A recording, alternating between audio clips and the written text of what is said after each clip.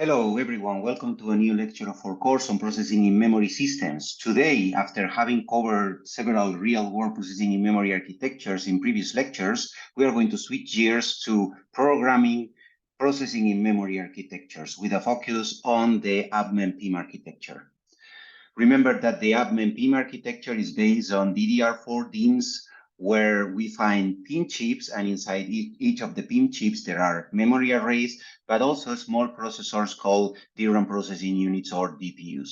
In an UPMEM DIMM, we can find 8 or 16 chips, actually 16 in the most recent generation. This is 2 ranks of 8 chips each, and inside each PIM chip, there are 8 64 megabyte banks that are called main RAM or MRAM banks, and 8 DRAM processing units or DPUs. So in total, we have 64 DPUs per rank.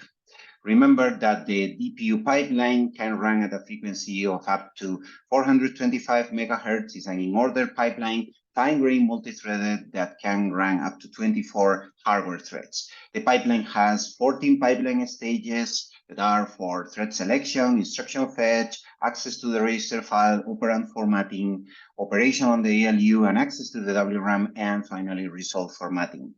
We covered extensively the UPMEM-PIM architecture in previous lectures, in particular lectures 3 and 4, if you want to recap on the architecture, microarchitecture, and ISA of the UPMEM-PIM architecture. You have the links at the bottom of the slide.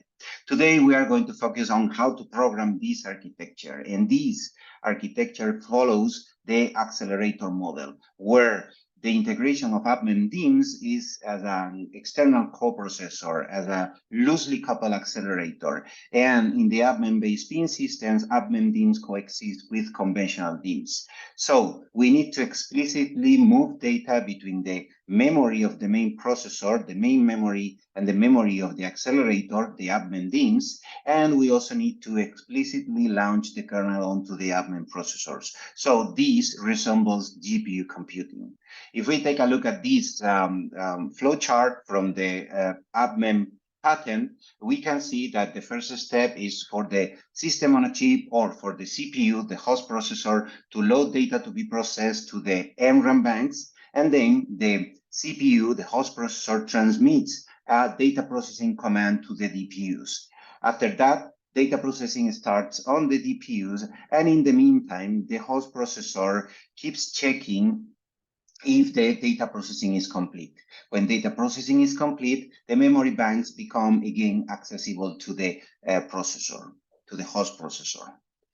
In order to start simple, our first programming example is going to be a vector addition. Remember that in vector addition, what we are doing is the element-wise addition of 2 vectors. So we basically take element 0 from A, element 0 from B, we add them, and we store them in element 0 of array C. The easiest way of implementing these on the UPMEM-based PIM system is by partitioning the arrays across DPUs, such that we assign one chunk of the arrays to each DPU, for example, DPU 0, DPU 1, DPU 2, and DPU 3, and then inside each of the DPUs, the tasklets, that are the software threads running on a DPU, will get their share of the corresponding chunk, the chunk assigned to the DPU, and then compute. So this part could be for tasklet 0, for tasklet 1, and this is for the rest of DPUs. The key reference when programming the UPMEM-based PIM system is the UPMEM SDK documentation. You can find a link to the most recent version of this documentation at the bottom of this slide. But from this SDK guide and also from our own experience, there are some general programming recommendations that are important to follow. The first one is to execute on the DRAM processing units portions of parallel code that are as long as possible. This makes sense because we have a parallel coprocessor and it's fast, so we want to make use of it as much as possible. The second general programming recommendation is to split the workload into independent data blocks such that each DPU operate on the data independently. This is going to be the most efficient for the DPUs to operate without any need to synchronize or communicate with the host or work with other DPUs.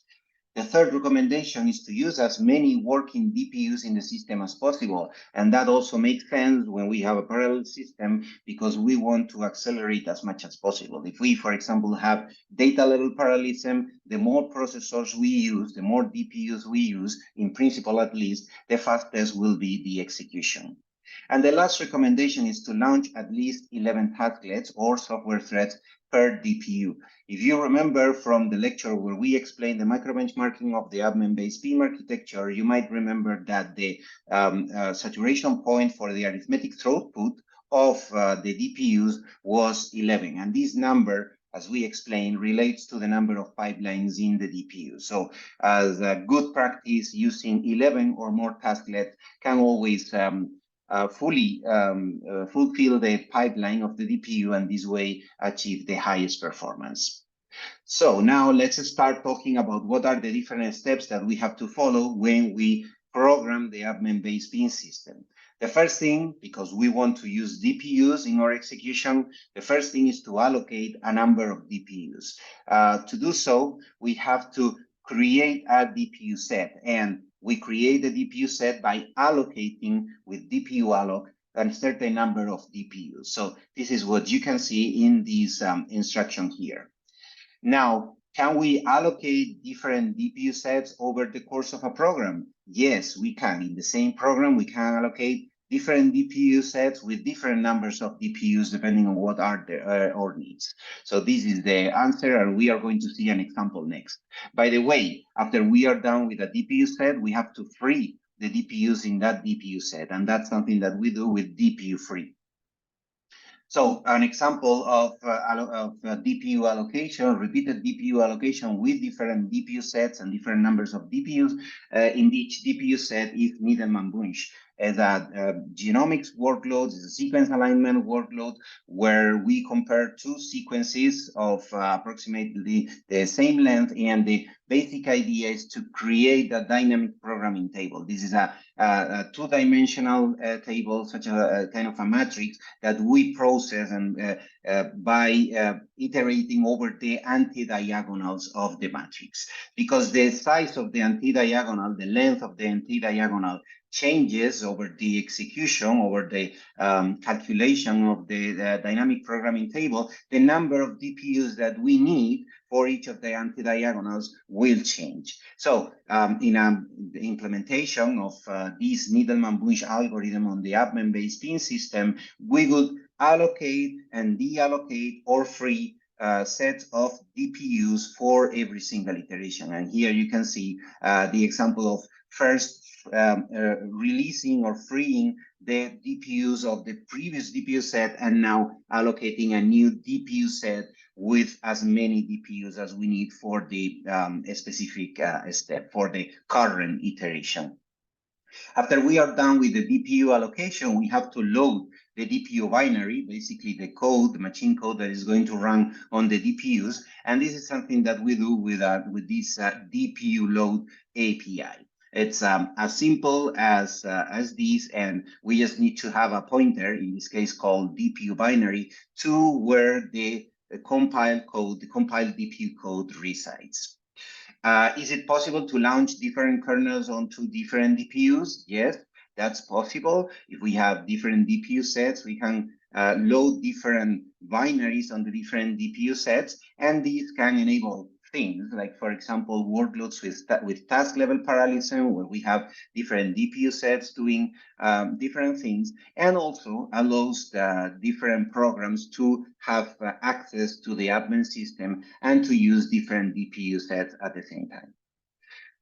After we load the binary, remember, this UPMEM-based PIM system follows the accelerator model, so that means that we need to move data, the input data, between the main memory and the PIM-enabled memory. And that's what we do with CPU to DPU transfers. And after we are done with the computation on the memory side, on the PIM side, we will do a DPU to CPU transfer in order to retrieve the results. So these are CPU to DPU transfers when we copy from main memory to the PIM-enabled memory, or DPU to CPU transfers when we copy in the opposite direction. The UPMEM SDK provides different ways of doing these transfers, being the first one, the serial CPU-DPU or DPU-CPU transfers, where we target a single DPU and a single DRAM bank. The second one is the parallel CPU-DPU and DPU-CPU transfers, where we target multiple DPUs or multiple MRAM banks. In this case, we can transfer different buffers to the different DPUs, but these buffers need to be of the same size. And finally, we have broadcast CPU-DPU transfers. In this case, we also target multiple DPUs, but we transfer as the same buffer, a single buffer to all DPUs. Let's take a look at the syntax of these different transfers. For serial transfers, we have two APIs, DPU copy to and DPU copy from, depending on what's the direction of the copy. So we transfer one buffer or part of a buffer to from each DPU in the DPU set.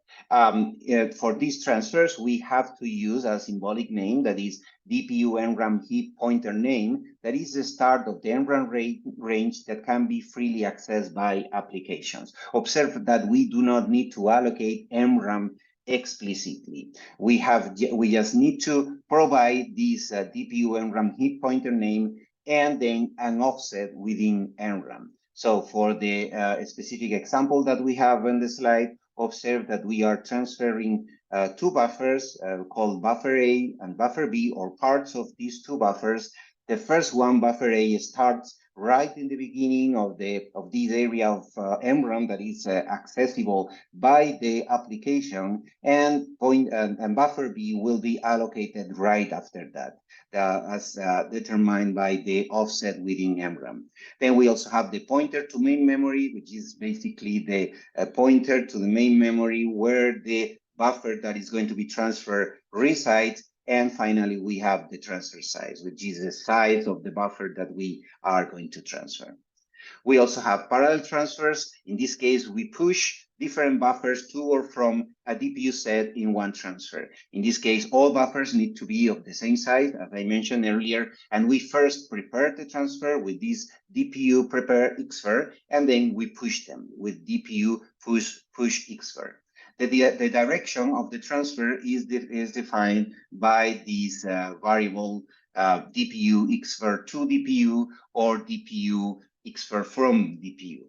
And this is the syntax. As you can see, we first prepare the transfer, defining what's the pointer to the main memory, and then in the push instruction or in the push API, we define what's the direction. In this case, both transfers are to the DPU. Observe that we also need to use the offset within NRAM, and we have to use the transfer size as well. And finally, we have the broadcast transfers. Remember that in this case, we are transferring a single buffer to all DPUs in a DPU set, and they are only for CPU to DPU transfers. And this is the syntax that is pretty simple. Here we have the pointer to the main memory, and here we have the transfer size. So understanding these CPU, DPU, and DPU, CPU transfers is important not only for communication between the host processor and the DPUs, but also for inter-DPU communication. Because in the current UPMEM-based PIM system, there is no direct communication channel between DPUs. So all inter-DPU communication takes place via the host CPU using CPU, DPU, and DPU, CPU transfers. And we can think about different communication patterns. For example, merging partial results to obtain the final result. This would only require DPU to CPU transfers. For example, if we are computing a parallel reduction or a parallel histogram on the memory side, and we want to merge the final results or the partial results for the final result on the host side. Or redistribution of intermediate results for further computation. For example, in many iterative algorithms like graph processing algorithms, in this case, we need transfers in both directions. In prior work, we have characterized how fast are these data transfers by doing micro benchmarks in order to measure what's the sustained bandwidth of all the types of CPU, DPU, and DPU-CPU transfers. In particular, we ran different experiments on one DPU, changing the transfer size from 8 bytes to 32 megabytes, and also experiments on one rank, changing the number of DPUs in the rank. If you want to check the details, you can go to our paper that is publicly available in archive, and or as well checking the previous versions of this lecture. I will give you some pointers to these lectures at the end of this lecture today. We have also done preliminary experiments using more than one rank. In this case, we detect that it's a channel level parallelism. It's being exploited. The main summary here is that the maximum transfer bandwidth is bound by the DDR4 bandwidth itself. Remember that the UPMEM DPUs they are connected to the CPU using the memory channels, the memory bus. So whatever is the peak bandwidth that you can have for DDR4 memory, that is the memory technology used for the UPMEM DIMMs as well, that's the maximum transfer bandwidth that we can achieve with the CPU, DPU, and DPU, CPU transfers. The cost of the transfers can be high in some of the cases. What we should try to do is to amortize these costs by computing enough on the DPU side. And remember that one of our general programming recommendations was to run on the DPU side sections of code, of parallel code that are as long as possible, because this is a way to amortize the data transfers. After we have transferred the input data to the memory side, we have to launch the kernel. Remember that on the UPMEM-based PIM system, Accelerator Model, we have to explicitly launch the kernel on the memory side, on the DPUs. And we do that by using DPU Launch, launches a kernel on a DPU set. The way of launching the kernel can be synchronous. In this case, we suspend the execution of the application until the kernel finishes, or it can be asynchronous, where we return the control to the application, to the host processor, that can continue doing some other computation and eventually check for kernel completion. What does the asynchronous execution can enable? Different things, for example, task level parallelism, because we can have concurrent execution of different kernels on different DPU sets, or even heterogeneous computation on CPU and DPUs. We can launch a kernel in the asynchronous mode and then return the control to the CPU that can perform other computation at the same time for the same application or for a different application. And now, next thing, how do we pass the parameters to the kernel? In this case, we also use the serial parallel transfers that we have explained earlier, but in this case, we can pass them directly to the scratchpad memory of the DPUs, to the working RAM or WRAM that we have introduced in previous lectures. This is useful for input parameters and also for some results. We first need to declare on the DPU code, we need to declare the data structures that are going to be accessed by the host. That's why they have here this host qualifier.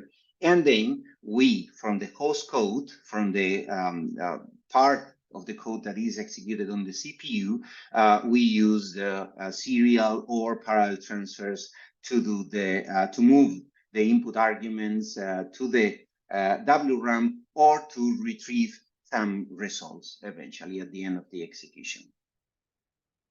Okay, now let's go back to our first programming example, the vector addition. Remember that here we partition the input and the output arrays across DPUs and across tasklets.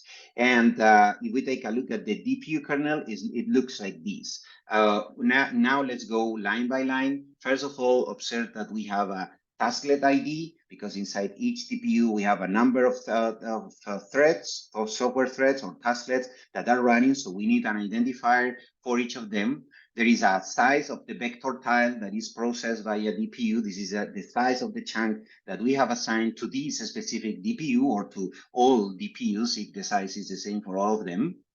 And we also have to define what are the addresses in MRAM for arrays A and B, which are our input array. So where the chunk of array A and chunk of array B that has been assigned to this DPU start in MRAM. Next, we have to allocate WRAM, because remember that WRAM is a scratchpad. So every time we want to operate on any data that resides in the MRAM, what we have to do is moving a chunk of data from the MRAM to the WRAM and then process those operands in WRAM. And then we have a main loop, as you see, and inside this loop, there are MRAM to WRAM DMA transfers. We are moving one chunk of data of A from the MRAM to the WRAM, and one chunk of data of B from the MRAM to the WRAM. In this case, the size of this chunk is L size bytes, and that's what each tasklet is going to process in each iteration of this for loop. So after that, each tasklet will call this function vector addition, where the tasklet is going to perform the element-wise addition of the elements loaded in the from A and B loaded in the with the previous two MRAM to WRAM transfers. And finally, after we compute the elements of array C, we will write back WRAM to MRAM DMA transfer to the output array. It might be called C, or it might be array B itself, as is in the case of this example. Now, if we take a look at the vector addition function, it's as simple as a sequential or serial vector addition. Remember that we have loaded a certain size of certain chunk of certain size of array A and array B into the WRAM. Now we have each tasklet going over the elements of the corresponding chunk in WRAM and adding them, as we are doing with this for loop here. These buffer A and buffer B are the arrays in the WRAM that are used by each tasklet for the computation of the vector addition. Okay, so now we have covered the simplest example, the simplest programming example, that is a vector addition. Now we are going to make it a little bit more complex because we are going to cover a couple of examples where we need to have some sort of synchronization across tasklets. Remember that the tasklet is the software abstraction of a hardware thread. Remember as well that each tasklet has its own memory space in WRAM, but this WRAM is the shared memory space. So different tasklets can share data in WRAM by sharing pointers. And we are going to see how to do it with some examples. But in order to do so, tasklets also need a way to synchronize. We need to use some synchronization primitives that the SDK provides in order to have communication across tasklets running on the same DPU. And these synchronization primitives are mutexes. You can use them for mutual exclusion. Remember that a mutex basically defines a critical section where only one tasklet, one thread can be at the same time. That's why we have a mutex lock and a mutex unlock. Then we also have handshakes that are for one-to-one communication across tasklets. One tasklet will be waiting for another tasklet to notify that some intermediate value, some partial result, for example, is ready for it to be used. We also have barriers. In this case, we are synchronizing multiple tasklets, maybe all of the tasklets. When they reach this barrier weight, they all wait for the rest of the tasklets to arrive at this point, and then they can continue the execution. Or finally, we have also semaphores when we need to access shared resources, and we may eventually want to have more than one worker accessing these shared resources. Semaphores are pretty useful, for example, for producer-consumer models. So let's start simple. Let's start with the parallel reduction. It's an algorithm where multiple tasklets in a DPU work together on computing a final reduction result. So basically, we are going to have an entire array for each DPU where each tasklet is going to reduce part of the array, obtain some local sum at the end. All these local sums need to be reduced in order to have the final sum. So there are different ways of implementing this. We are going to start with the simplest one, which is when, first of all, each tasklet computes a local sum, and as you can see here, we will have each tasklet go into NRAM, reading some data from NRAM and placing it in this cache A that is an array is a space in the WRAM, and then we have this call to this reduction function where we accumulate in order to obtain the local sum. After the local sum has been obtained, this local sum is moved to the WRAM, to some space called some array called message, where each tasklet has its own position, its own element in order to store the local count. After all tasklets have calculated their local count individually, they can go and write into the WRAM, and now the contents of this message array are visible to all tasklets. What we will do in this case is a single thread reduction or single tasklet reduction. We have all tasklets synchronizing with this variable synchronization, and after that, one single tasklet, in this case tasklet 0, will perform the final reduction in a sequential manner of all the previously calculated local sums. And in the end, we have one final reduction result that will be retrieved by the host processor. This is one way of doing the final reduction, but another way that normally in parallel processors is more efficient is the parallel reduction or tree-based reduction, where we have multiple threads collaborating, half of the threads retire in each iteration, and at the end, one single thread computes the final reduction result. The advantage of this tree-based reduction is that instead of operating in O(n), it will operate in O log n, which means that it can be at least potentially faster. So we can implement these tree-based reduction, and there are different ways of implementing them as well on the UPMEM-based PIM system. In the example code that you're going to see here, we have used barriers. So basically, as you can see, in every iteration, we have threads reading. So part of the threads are active. They go to the WRAM. They read one value that was generated by another tasklet and accumulate with their own value, with their own local count, as you can see. Then they synchronize in this barrier, and then they start again the for loop. But observe that in each iteration, half of the threads retire, and this is going to continue until just one single thread finishes the final accumulation, the final reduction. So as I said, half of tasklets retire in each iteration. Observe that we need to use this offset for the access some partial result that has been generated by another tasklet and accumulate in the own element in the message array, and after each iteration, the barrier synchronization. So this is one way of doing the tree-based reduction. There are other possible ways, for example, a handshake-based tree reduction. In our previous paper, we have compared single tasklet, barrier-based and handshake-based versions of the parallel reduction.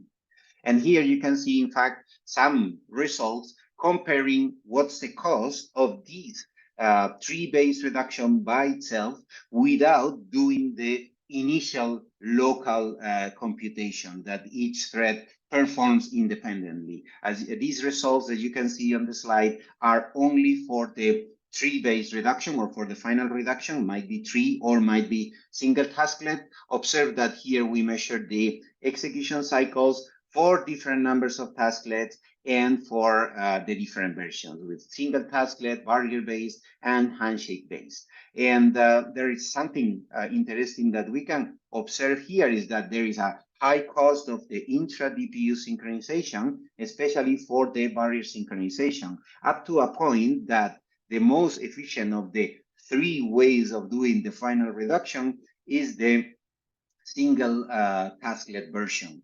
And that's only because the intra-DPU synchronization primitives are relatively costly on the current UPMEM-based PIM system, on the current DPUs, because of the way that they are implemented using certain atomic bits that reside in memory, but also as a software-based implementation. So we have to use them with caution. We can use them, but make sure that we also don't use them too frequently inside our code. Otherwise, our performance might be not so good as expected for parallel execution. However, what we observe as well is that when we execute the entire reduction, including the initial local sum, for example, in this case, we are reducing an array of 2048 elements. What we see is that the differences between the three different versions of the reduction operation get reduced. So it's there is not so much. It's not so much noticeable when we start the reduction with the local sum that we explained in the beginning, and that's completely. We basically don't see any difference when we go to something even bigger, in this case, 2 million elements. As you can see, the performance of the three versions is basically flat. No matter what's the number of tasklets that we are using, we basically see no difference from using any of the three versions for the final reduction step. So the cost of the intra-DPU synchronization gets amortized when there is large amount of computation. As I said earlier, we can use, and we definitely need to use, synchronization primitives in order to communicate and synchronize different threads, different tasklets running on the same DPU, but we have to do this with caution and make sure that we amortize this cost with enough computation on the different tasklets. If you want to learn more about parallel reduction, I can recommend you this lecture from our other course, the Heterogeneous Systems course. In this case, it's more optimizations that are more focused on GPUs, but it's still, because it's a parallel reduction, there are many of the concepts here that are applicable to other parallel machines as well.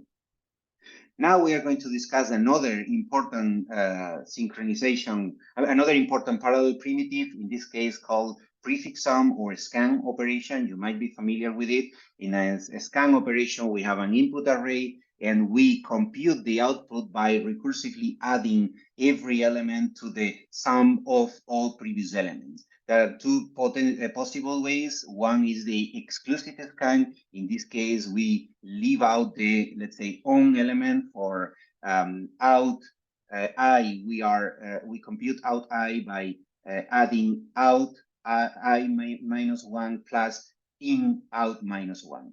And this is an exclusive scan because we are not considering in this addition here the on element, the in I element. And that this would be the result, the final result or the output array for this corresponding to this input array if we do the exclusive scan. And the other possibility is the inclusive scan. In this case, out 0 is equal to in 0, and to calculate every out I, we have to add in I as well. And this is why it's called inclusive scan. And this would be the output array for the inclusive scan of the input array at the top of the slide. We are going to focus on the inclusive scan. We are going to discuss how to implement it on an UPMEM-based PIM system, first of all inside a single DPU, and then we will go to the execution on multiple DPUs. So if we have this input array assigned to one DPU, what we can do is assign in different chunks to different tasklets, from tasklet 0 to tasklet 4, and then each tasklet is going to do a local per tasklet inclusive scan. It's local, they operate sequentially on the corresponding chunk. For example, for this tasklet 1, where the assigned elements are all equal to 1, the first element of the inclusive scan result will be 1, then 2, then 3, then 4. Now, after having done so, we have to communicate across tasklets, because in order to compute the final output, observe that each tasklet will have to add an offset coming from the previous tasklet. For example, to obtain these 11 or these 12, we have to add these 10 to 1 and 2. Or in order to compute these 14 here, we have to add 10 plus 4. And this is 14, and this is how we are going to obtain the output. So observe that we have two different steps here. First of all, we do the per tasklet inclusive scan, and after that we communicate and we need to add. So we communicate them the last element of the on array to the next tasklet, and then we have to perform an addition of on all the individual elements. So let's start from the first step, is the where each tasklet computes the scan locally. So after reading one chunk of data from the NRAM to the WRAM, then we perform the per tasklet scan. This per tasklet scan is as simple as the sequential code that we have shown in the two slides ago. Observe that for the inclusive scan, we are adding the previous element of the output to the current element of the input and storing in the current element of the output. And that's how we do the per tasklet scan.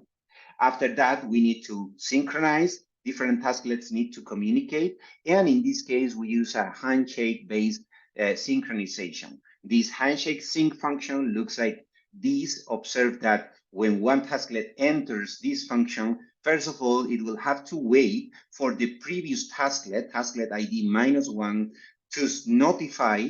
And after this notification arrives, tasklet can go to the WRAM, read this message, and copy it into a register. After that, the tasklet itself will write in the next element of the message array, will write the addition of its own local count and the partial count, the P count that was previously accessed from WRAM. Observe that this way we are indeed doing a scan operation across tasklets, because every tasklet adds its own local count to the partially accumulated result coming from previous tasklets. And after that, it notifies. So it will be notifying the next tasklet. In this case, for tasklet ID equal 0, it will be notifying tasklet ID equal 1. And in the last part, because now we have communicated, now we can add the offset to each of the own elements. And that's what we do with this per tasklet add. As you see, we receive this P count, and the only thing that we are doing is adding P count to each of the elements of the own output. And after that, we can just write the final result back to the NRAM. Now, when it comes to going beyond the limits of a single DPU, we obviously need to distribute the input array equally over the existing DPUs. In this specific example, we have 4 DPUs in our system, from DPU 0 to DPU 3.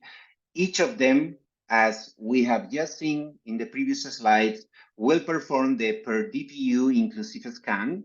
But now we will have to communicate, same as we did locally inside a single DPU, we'll have to communicate across DPUs. How can we do that in the AMBEN-based PIM system?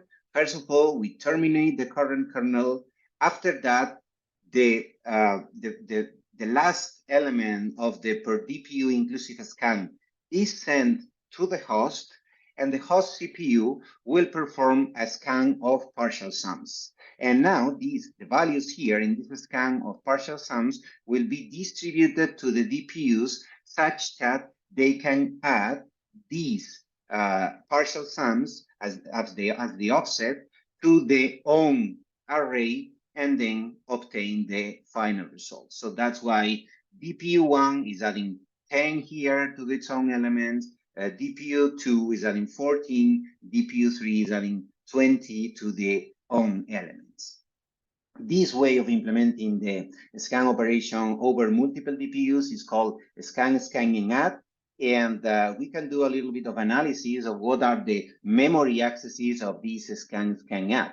First of all, in the scan operation, in the first step, the first kernel is reading an input array of n elements and is writing an array per DPU, the per DPU prefix sum results that is also of n elements. Then observe that in the second step, which is the scan of partial sums in the host, we have much smaller arrays. In this case, is n divided by the by per DPU size elements.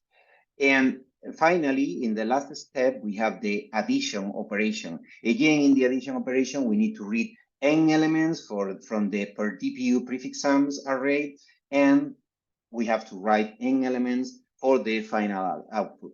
So in total, there are 4 n elements that are read or written. This is not the most efficient way to implement the scan operation when we have more than one DPU. We can do it in a different way with an algorithm called reduce scan. In the reduce scan algorithm, the first thing that we do is obtaining the reduction result for each DPU, because in the end, this reduction result is the same as the last element of the local per DPU scan operation. So we can take this element, this reduction result, or these different reduction results, send them to the host, perform the scan of partial sums, and now we have the these offsets that need to be added to the per DPU scan result. So in the last kernel, in the third step, what we are doing is the scan operation and then adding inside the same kernel the offsets coming from the scan of partial results. Now, if we do the analysis of these RSS, what we see is that, first of all, we are reading an entire array of n elements, that is the entire input array, but then we are only writing the per DPU reduction results, which is much smaller. The scan kernel is only reading these per DPU reduction results, only using them. And finally, the third step, the scan kernel is again reading n elements from the input array, performing the scan operations, adding the offsets, and writing n elements for the output. So in total, we have 3 n reads that are 3 n reads and writes to access the input and the output elements of the arrays, of the corresponding arrays. So as you can see, the RSS implementation has less memory accesses than the SSA implementation. And we have compared them on the UPMEM-based PIM system. Here you can see some results on one DPU. We observed that for very small array sizes that you can see on the figure on the plot on the left-hand side, we see that the SSA implementation is slightly faster than the RSS implementation. But when we move to larger sizes, which in the end is what normally will make sense on this kind of system where we have a large amount of memory, what we see is that at some point the RSS version starts being faster. The takeaway here is that the cost of intra-DPU synchronization in RSS, in particular in the reduce step, may be noticeable for smaller arrays, but for large arrays, RSS is faster than SSA since it saves memory accesses. You may want to learn more about the prefix sum or the scan operation. This is a lecture from previous semester about parallel prefix sum on GPU. We are about to finish this lecture. Remember that one key reference for programming the UPMEM-based PIM system is, as you can expect, the programming guide, the SDK documentation. You can find a link at the bottom of the slide. If you want to learn more about programming the UPMEM-based PIM architecture, I can give you some links to previous lectures where we cover different details as we covered today. For example, this one from fall 2022 from our PIM course, or this other one from the Computer Architecture Master's course, where we also introduced how to program the UPMEM-based PIM architecture. And if you want to practice by yourself, here I will I provide some links to a hands-on lab that we prepared to our PIM tutorial that we have already organized at H50A and at AS+.